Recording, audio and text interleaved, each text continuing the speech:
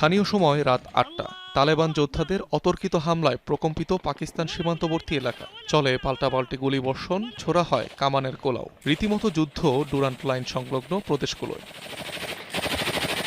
আফগান সীমান্তে চালানো সাম্প্রতিক হামলার জবাবে বৃহস্পতিবার রাতে পাকিস্তানের বিরুদ্ধে অভিযান শুরু করে তালেবান। খোস্ত, পাকতিয়া, নুরিস্তান, কুনার সহ বেশ কয়েকটি এলাকায় মিলেছে সংঘাতের খবর। কমপক্ষে 18টি পাকিস্তানি মিলিটারি পোস্ট দখলে নেওয়ার দাবি তালেবান যোদ্ধাদের। প্রিয় দেশবাসী, নানগারহার ও পাকতিয়ায় পাকিস্তানি বাহিনীর সাম্প্রতিক বিমান হামলার জবাবে আজ রাত ৮টায় আমরা আক্রমণ শুরু করেছি। আমাদের প্রার্থনায় রাখবেন।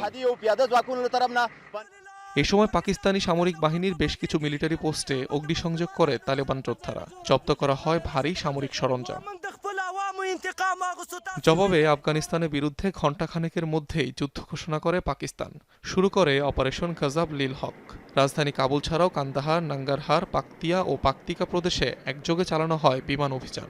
সীমান্তেও চলে ব্যাপক সংঘর্ষ। ধ্বংসের দাবি করা হয় বহু তালেবান আউটপোস্ট, অস্ত্রাগার ও 2টি ব্রিগেড হেডকোয়ার্টার। আফগান ভূখণ্ড ব্যবহার করে পাকিস্তানের বিরুদ্ধে সন্ত্রাসবাদ সহ্য করা হবে না। উপযুক্ত জবাব দেয়া হবে। পাকিস্তানের সশস্ত্র বাহিনী কাবুল, কান্দাহার, পাকতিয়ায় খুবই সফল হামলা চালিয়েছে। তালেবানের গুরুত্বপূর্ণ সামরিক স্থাপনা ধ্বংস করা হয়েছে।